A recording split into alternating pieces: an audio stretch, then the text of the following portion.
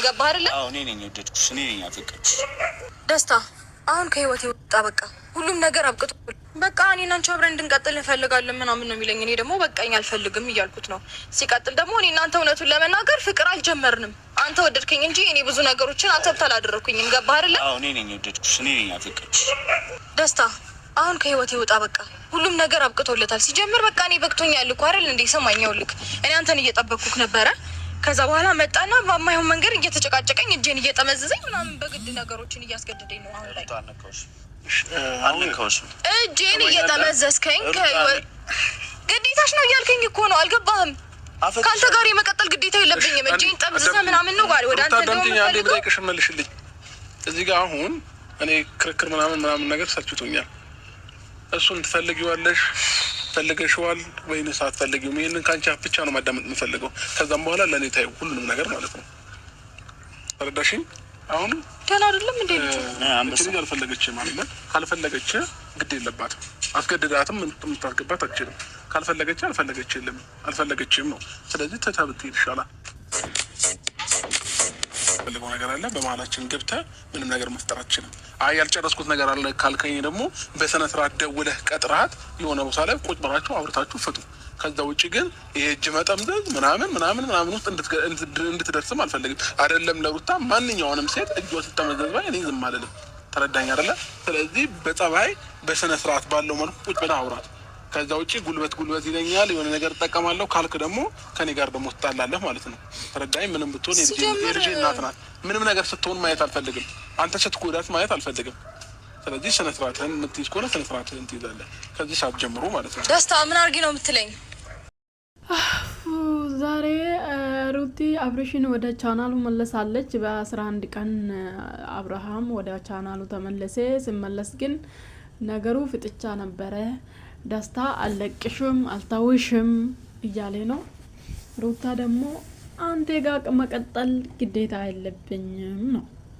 አብርሃም ደግሞ እናንተን መሀል ገባው ዳር ምንድነው ማግባመል ተሰራማ የሆነ ነገርም ድንጋይ ደርሶበት ነው ምናምን እኔ አልገባኝም ነገሩ ምናምን ማግባመል ሰራችም እኮ እና ሩቲ መጀመሪያ ደረጃ ለእንትና ዩቲዩብ ክፈቺ ይሄድ ማለት ነው። በሰላማዊ መንገድ እንዲሄድ ዩቲዩብ ክፈችለት ለደስታ። እንደዚህ ሰው አይባረርም። በቃ እንደዚህ አታባረሪና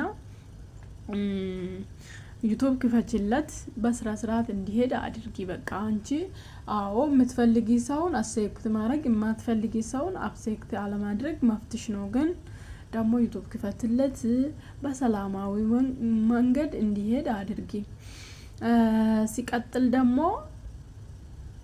ሩታ ወደ ውጪ ሊሄድ ነው እያለች ነው። እውነት እኔ ተሳክቶልሽ ራሱ ወደ ውጪ ብትሄጂ በዚህ ጊዜ ደስ ይለኛል። ምክንያቱም አንቺ ከአብርሃም ጋር ልክ ተያይዘሽ ማትወጪ ነገር እየገባሽ ነው። ልጅሽንን ደግሞ በሚዲያ እንትን እያደረግሽ ነው። ምክንያቱም ልጅሽን ለሚዲያ እየደረግሽ ነው። ለሁሉም ሰው መነገጃ እየሆንሽ ነው። አንቺንም ማይሆን ስራ እየሰራሽ ነው። ማይመጥንሽን ስራ እየሰራሽ ነው። ተሳክቶልሽ ራሱ በቃ ከሰው ጋር ጫጫታ ማይኖር ቦታ ብቸኝነት ይቀጣሻል። ከዛ ከልክም ሁሉ ነገሩን ትማራለሽ፣ ትቀጫለሽ አንቺም ማለት ነው። ይሄ ልክሽ ማለት ነው ይወጣልሻል በዛ ጊዜ ማለት ነው። ስለዚህ ብትጂ ብሳካልሽና ብትጂና በሰላማዊ መንገድ እንደዚህ ከሆነ ሩታን በዚህም አርጎ እንትን አስቀምጡትም እውነት ለመናገር ማለት ነው። አብርሃምን ብልኮ ሰዎች እሷም ደግሞ እሱን ለማናደድ ብላ ከምታደርገው ነገር ምክንያቱም ዛሬ ነገ አብርሃምን ታፈቅራለች። የምታፈቅረው ሰው ደግሞ ዞትር ለማግኘት በጣም ከባድ ነው። ህመሙ እየጨመረባችሁ ከዛ ሙድ እንዳትወጡ ነው የሚጎትታችሁ። ግን ከዛ ሰው ከራቃችሁ ከሁሉንም ነገር ከራቃችሁ አንዴ ታመማችሁ አንድ ወር የሚሆን 2 ወር ይሁን ከዛ ውስጥ ታማችሁ ትወጣላችሁ። ከዛ ህመም ትድናላችሁ። እንደዚህ ግን ሁልጊዜ ልጅቷ እየታመመች እየኖረች ነው። ምክንያቱም ፍቅር በደቂቃ በቀላሉ ወጣ አይደለም። ልትታረቅም ደግሞ ነገሩን አይቋጭም። እውነቱን ነው የምላችሁ ነገሩ ማለት ነው። እንታረቅ ብላ ከአብርሃም ጋር ራሱ ብትታረቅ ሩታ ሄርሜላ ከህይወቱ አትወጣም። እኔንስ ነገር ምን አድርጌ ነው የምትለው በዛ ሰዓት ትመጥና ከዛን ሲቀጥል ደግሞ አብርሃም እኔን መቀለጃ እንዳረግሽና እኔን ሆቴላ እንደተጫወትሽ ሁሉንም ወንድ ላይ መጫወት ለምን ወንድ ልጅ ላይ ለምን ትጫወታለሽ አለ አንተ እኔ ድብና አርገሽ እሷን ህይወት ላይ የተጫወት ቁማር እኮ ነው አደረካት ልጅቷ የሁሉ ሰው ዩቲዩበር መነገጃ ያደረከው የሁሉ ሰው ዩቲዩበር ማሳደጋ ያደረከው አንተ ማለት ነው አንተ ነህ ተጫወትክባት እውነት ማለት ነው አንተ ዛሬ በብላስቲክ ተቀልክሰስ ምናምን እየተጎዳ